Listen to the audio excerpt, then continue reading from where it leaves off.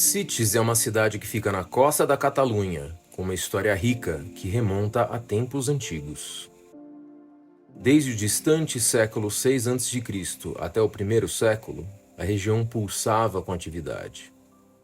É isso que revelam os achados arqueológicos descobertos em escavações. Entre as ruínas antigas de assentamentos ibéricos e romanos, temos um vislumbre de uma vila romana que surgiu na área de Vignette, entre os séculos I e III d.C.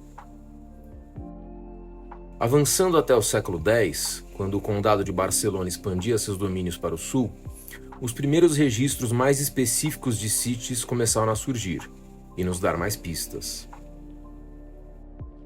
Em 990, a descoberta de silos, que são cavidades feitas para armazenar produtos agrícolas, deu nome ao local, que mais tarde se tornaria um castelo e depois a cidade de Sitges.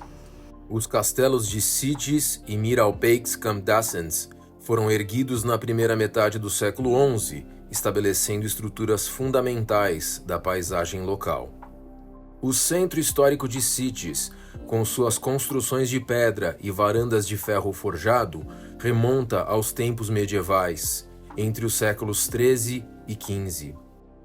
A cidade era um próspero porto comercial e pesqueiro, e suas estruturas refletem essa vibrante atividade econômica. As ruas estreitas convidam a explorar os segredos guardados em cada esquina, enquanto as fachadas antigas contam histórias silenciosas de uma era passada. No final do século XIX e seguindo no século XX, Sitges se tornou um refúgio para artistas e intelectuais, atraindo uma eclética mistura de talentos da Catalunha e além. Essa era testemunhou a ascensão de elegantes obras arquitetônicas modernistas, como o Cassino Prado e o Hotel Terra-Mar. O estilo modernista, caracterizado por suas linhas curvas e mosaicos vibrantes, deixou uma marca distinta na paisagem urbana. A arquitetura de Sitges é um mosaico multifacetado que reflete sua rica história. As ruas estreitas e sinuosas são resultado do declive natural da cidade, que se estende desde as colinas até o mar. Em outubro de 2023, a cidade de Sitges se transformou mais uma vez no epicentro do cinema fantástico e de terror. A 56ª edição do Festival de Cinema de Sitges reuniu cineastas, fãs e entusiastas de todo o mundo para uma celebração única da sétima arte. Todos os anos, o festival oferece ao público o melhor da produção internacional em cinematografia fantástica. Além disso, ele geralmente agenda homenagens, retrospectivas e sessões especiais. Nas últimas edições, mais de 180 mil espectadores participaram, que, além de poder assistir exibições de filmes, podem participar de exposições e conferências. Vamos entrar um pouco então na história do festival antes de iniciar sua cobertura.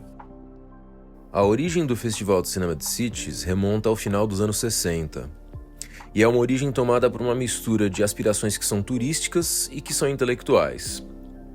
O evento começou oficialmente em 1968, mas as sementes dele já foram plantadas em 1967, um ano antes, durante a primeira e única Semana de Cine, Foto e Audiovisual, também conhecida como Jornadas de Escolas de Cinema. Essa iniciativa na época representou um turbilhão cultural, porque ela misturava a cena cinematográfica da Espanha com um certo ativismo intelectual que estava em busca de democracia numa Espanha que ainda estava submetida à ditadura de Franco.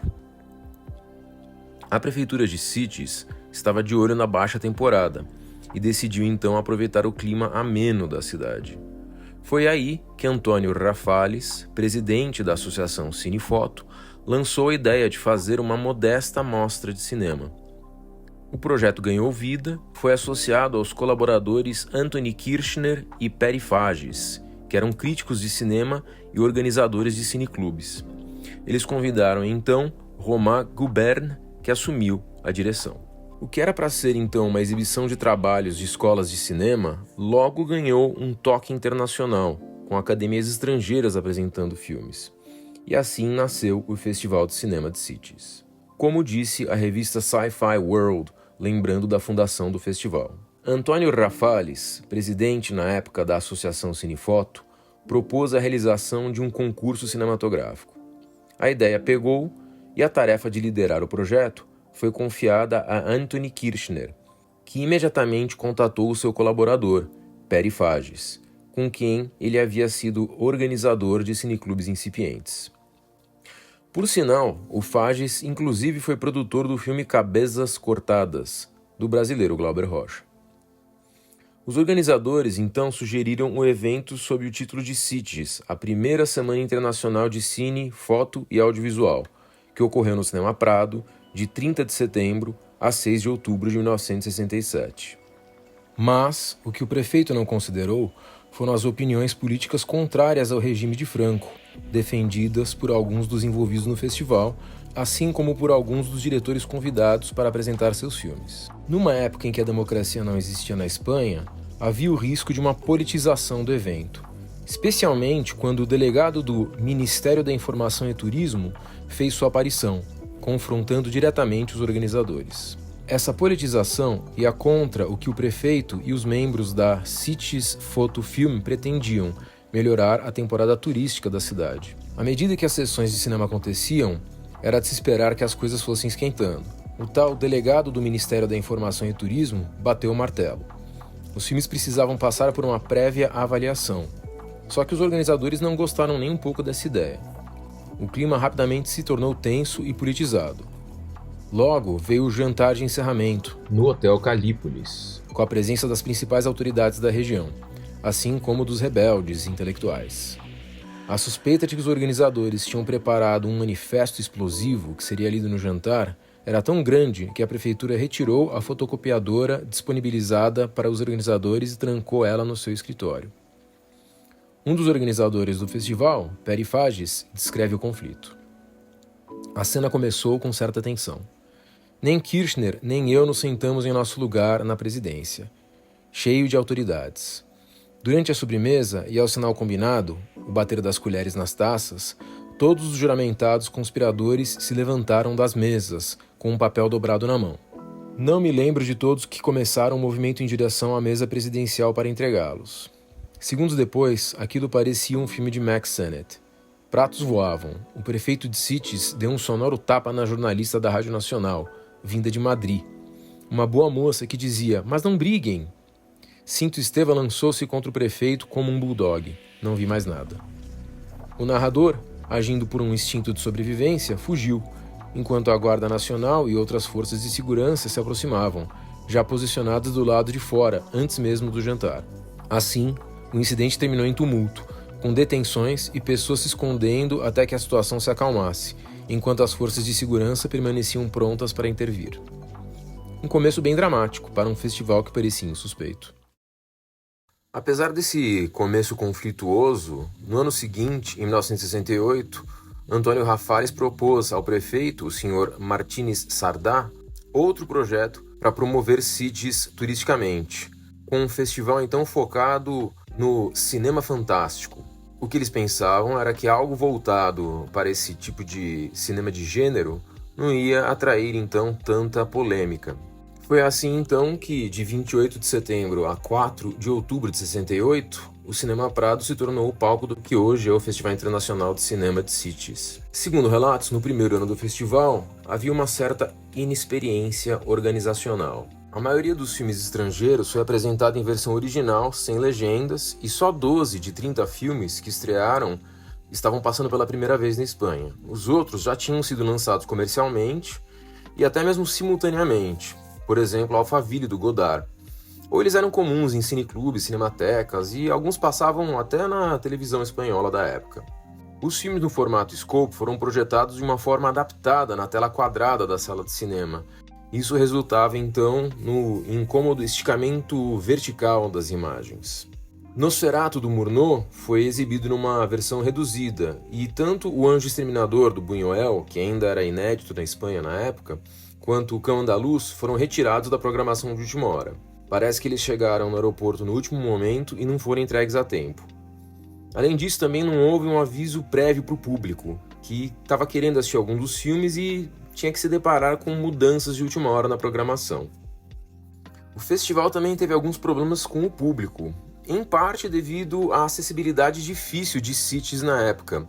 O que conectava Barcelona com Sitges era uma estrada bem sinuosa, a conexão era prejudicada. De qualquer forma, em 28 de setembro começa a primeira edição do festival já com o tema fantástico, que é aberto pelo filme A Elita, que é um filme soviético dirigido pelo russo Yakov Protazanov.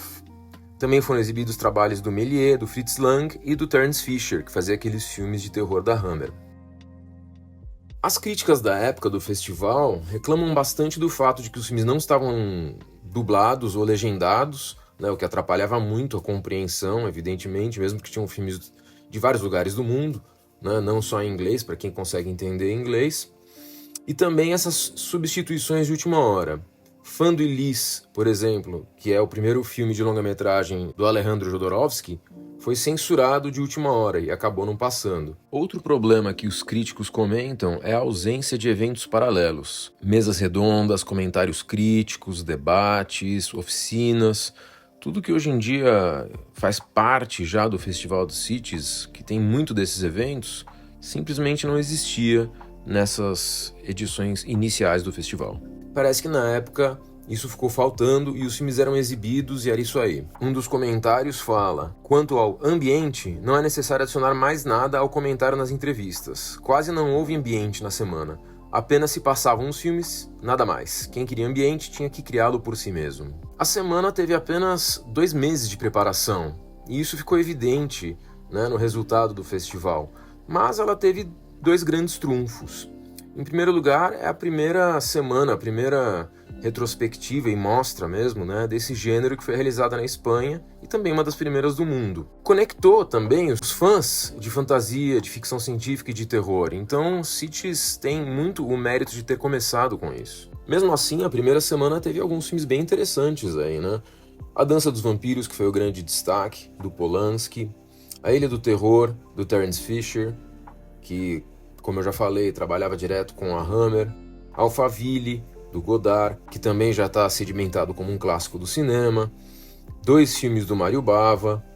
Então houve ali uma certa distribuição interessante de filmes. De particular interesse para nós brasileiros, em 1969, na segunda edição do festival, já como um festival de cinema fantástico, de terror e fantasia, houve a presença do filme nacional Um Sonho de Vampiros. O filme foi feito pelo cineasta Iberê Cavalcante, que já dirigiu vários filmes, como Placate, A Virgem Prometida, A Força de Xangó, O Dia Marcado, Terra de Deus, entre outros. Mas parece que ele está meio sumido faz algum tempo.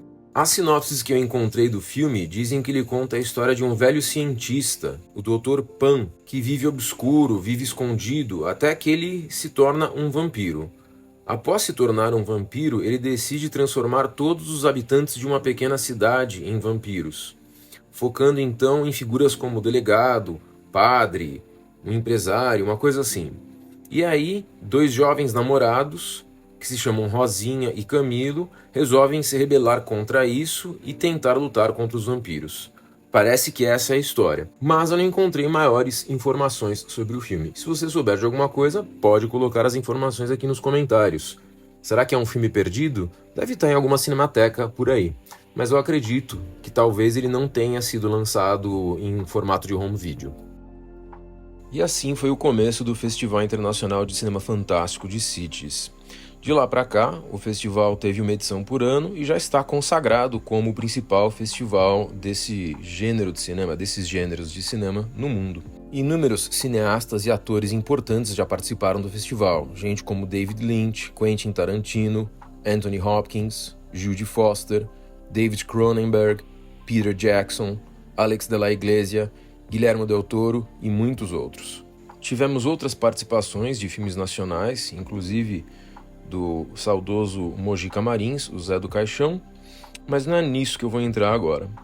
Fica aqui então esse apanhado geral que faz aí um painel do que é o festival, e no próximo vídeo eu vou entrar na cobertura em si da edição de 2023 desse festival e de como que ela foi, de qual é a infraestrutura, como que as coisas funcionam e o que eu vi por lá. Isso fica para o próximo vídeo.